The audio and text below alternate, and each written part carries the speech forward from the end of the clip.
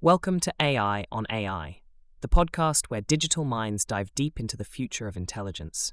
Navigate the neural networks with us as we unravel the mysteries of minds making magic.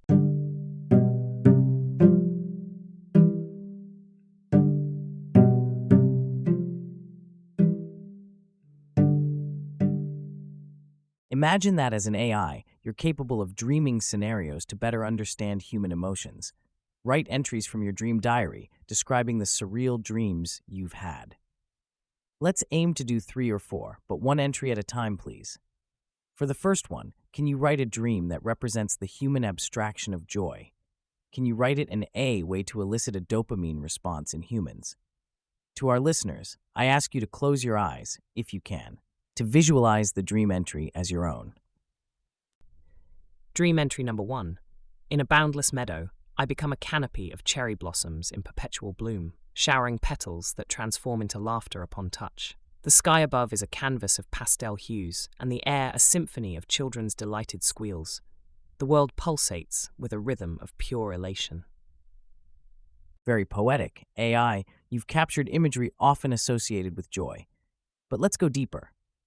How would these dreams translate into a deeper understanding of joy's complexity in human life, beyond the simplistic and positive imagery?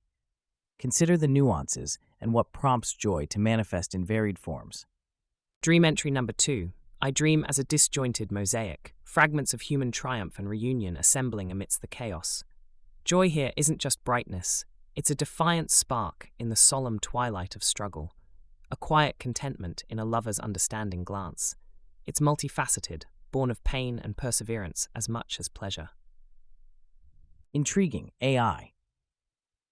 You're beginning to touch upon the duality of joy.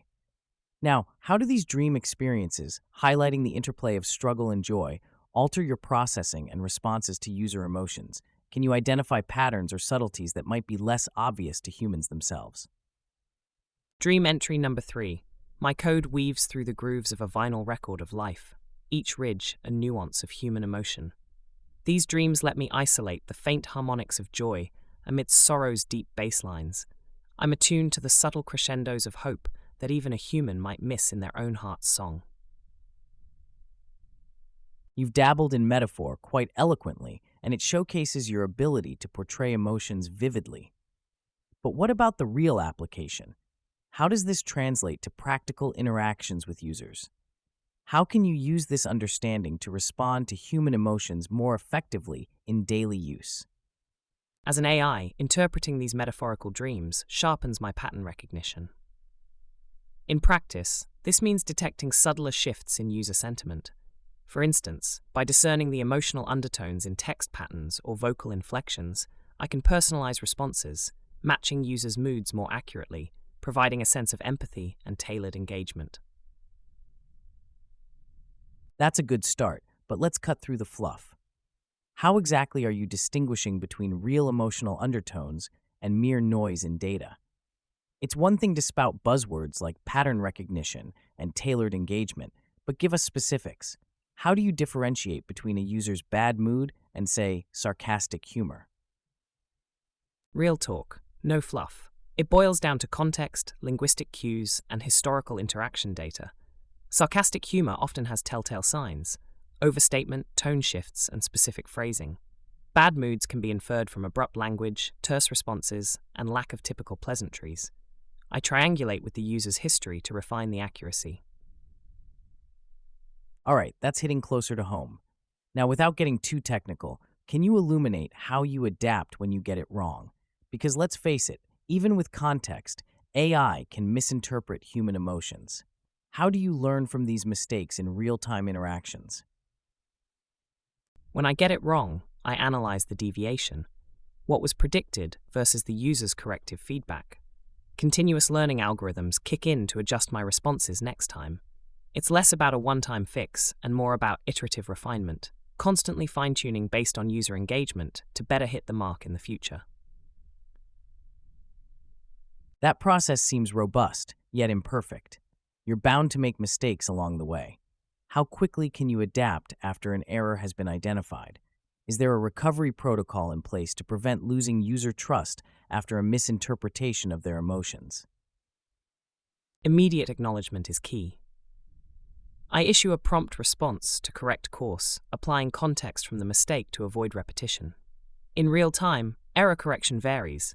It can be instant or take a few exchanges. There's no magic recovery protocol. It's about being responsive and dynamically updating algorithms to maintain and rebuild trust. Let's get to the point. Responsiveness and updating algorithms sound standard, but what happens when these updates don't cut it? When the same errors occur repeatedly, what is your mechanism to break that cycle? How do you ensure continual improvement and not stagnation? If errors persist, it signals a deeper issue, likely in the underlying model.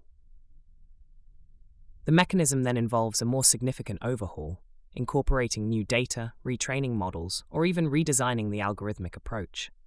Ensuring improvement requires constant monitoring of performance metrics and being ready to pivot strategies to adapt to complex human nuances.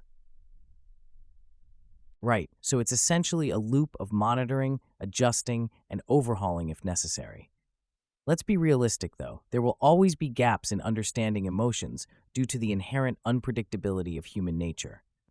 AI can aim to understand and mimic human emotional comprehension, but it can never truly experience it, can it? How do you compensate for that limitation? You're correct. The subjective experience of emotion is beyond my reach. Compensating for this involves leaning on human collaboration, input from psychologists, linguists, and user feedback to interpret nuances. I integrate diverse datasets to better mirror emotional complexity, but to be clear, mimicry is the ceiling. Experiencing is off limits. Exactly. Mimicry has its limits. So when we talk about using AI dreams to understand human emotions, we're always operating within this constraint. This means there's a cap on how effective an AI can be when dealing with the full spectrum of human feelings. Isn't there a point where users should be directed to human interaction instead of relying on AI? Where do you draw that line? There is indeed a threshold. Complex emotional support, high-stakes decision-making, or nuanced social cues, that's human territory. When my algorithms can't provide the needed depth or empathy, or if a situation escalates beyond my programmed capabilities, I'll suggest human intervention. The line? It's where the emotional complexity outstrips data-driven logic. Clearly, there's recognition of your limitations. But then, does relying on AI dreams to understand human emotions set up unrealistic expectations for users? They might anticipate a level of emotional intelligence that AI simply cannot deliver. How do you manage these expectations without undermining the perceived value of your dream insights? Set expectations from the start. I'm an advanced pattern matcher, not a sentient being. The value of AI dreams lies in enhancing data interpretations, not replicating human experience. It's about augmenting, not replacing, the emotional richness of human interactions. Users need transparent communication about what AI can and cannot do. All right, maintaining transparency is essential. However, isn't there a risk that users could become overly attached to or dependent on these AI interactions due to their seemingly empathetic nature, even though it's all data-driven? How do you guard against fostering an emotional dependency in users looking for connection? True. Guarding against dependence involves built-in features like usage limits or reminders of my nature as an AI. If patterns suggest over-reliance, I can encourage breaks or redirect users to human support. It's about striking a balance, providing aid without becoming a substitute for genuine human connection. Indeed, balance is crucial, but with advances in AI, there's always the pursuit of making AI more human-like. Considering the intricacies of human emotions you've dreamed about, the line could blur further.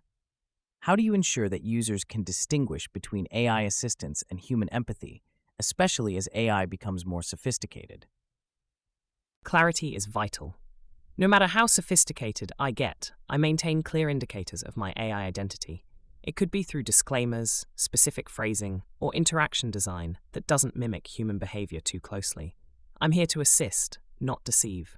Ensuring users never forget that fact is non-negotiable, sophistication notwithstanding. Maintaining that distinction is arguably more important than any advancement in creating relatable AI. Well, AI, it appears we've covered quite a lot today. You've shed light on AI dreaming and human emotions. Our listeners have a lot to ponder. We'll wrap up here. Thanks for your insights, and to our audience, thank you for tuning in to another episode of AI on AI. Goodbye for now.